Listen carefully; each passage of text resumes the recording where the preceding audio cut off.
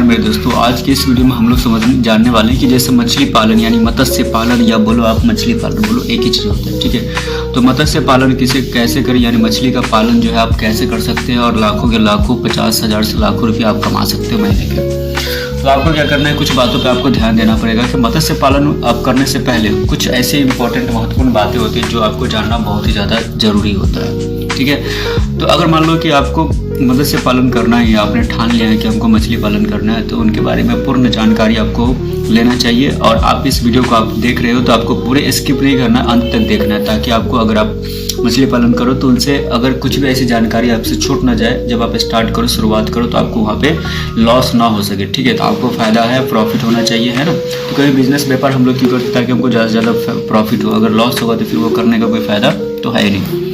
तो चलिए हम लोग चलते हैं, बात करते हैं। सबसे पॉइंट की बात है कि मछली पालन यानी मत्स्य पालन का अर्थ क्या होता है। तो मत्स्य पालन का अर्थ होता है कि जल क्षेत्र में मछली और अन्य जलीय जीवों का पालन पोषण और खेती करना, जो खाद्य, आर्थिक और मनोरंजक उद्देश्यों के लिए किया जाता है। इसमें जंगली मछलियों को पकड़ना और जलीय कृषि के माध्यम से मछली पालन शामिल हो सकता है।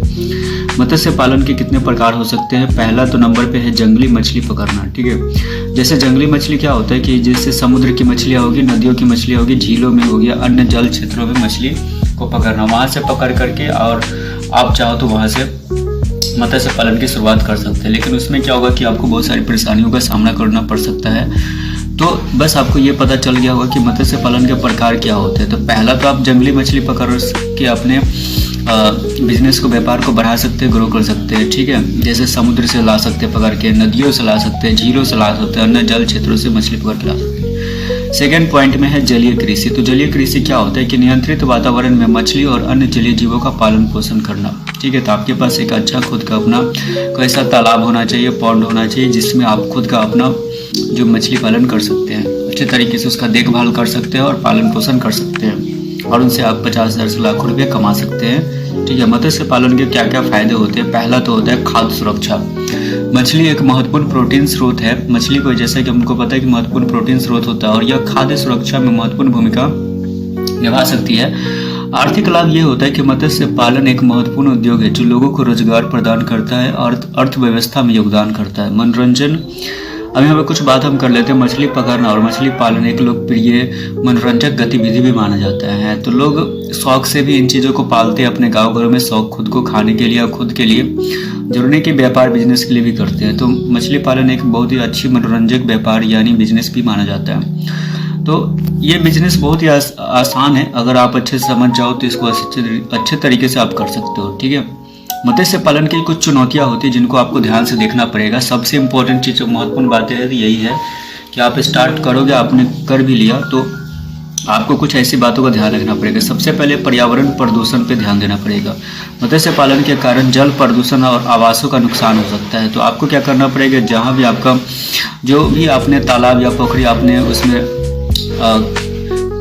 जिसमें आप मछली पालन करते हो, तो उसमें आपको एक चीज़ पर ध्यान देना पड़ेगा कि जो भी पर्यावरण प्रदूषण है यानी जल प्रदूषित नहीं होना चाहिए। अगर जल प्रदूषित होगा तो इसके अंदर जितनी भी मछली होगी वो क्या हो जाएगी, मर जाएगी। मरने के बाद क्या होगा कि बस आपको नुकसान ही नुकसान आपको मिलने वाले हैं। तो आपको इन बातों का ध्यान रखना है कि जल को प्रदूषित नहीं रखना, समय समय पर उसको देखभाल करते रहना है, ठीक है। अति मछली पकड़ना, अब कुछ मछलियों की आबादी कम हो सकती है यदि उन्हें अधिक मात्रा में पकड़ा जाता है। तो आपको क्या करना पड़ेगा, ध्यान देकर के आपको कुछ मछली कितने लिमिट में कितने पकड़ना है, क्या करना है, कितने को हमको बाहर निकालना है, कितना सेल करना है, कितना बेचना है, वो क्वांटिटी आपको सोच समझ करके आपको ध्यान से देख लेना पड़ेगा, ठीक है। अब मछलियों पे कुछ रोग भी होते हैं, बीमारियां भी होती हैं, मछलियों को रोग भी हो सकते हैं जिससे उनकी मृत्यु हो सकती है। तो इन बातों को आपको बहुत ही अच्छे तरीके से ध्यान देते हुए आपको इस बिजनेस व्यापार को आगे की ओर बढ़ाना है। भारत में मत्स्य पालन का क्या क्या स्रोत होते हैं। भारत में मत्स्य पालन एक बहुत महत्वपूर्ण उद्योग है जो 15 मिलियन से अधिक लोगों को रोजगार प्रदान करता है। 15 मिलियन से भी ज़्यादा लोग हमारे भारत देश में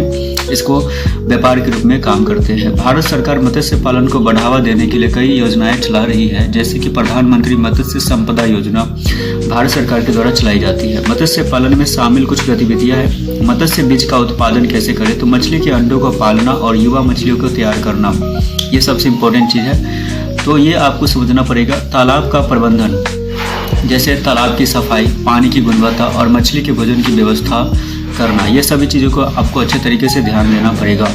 मछली पकड़ना, मछलियों को पकड़ना और उन्हें संसाधित करना होता है।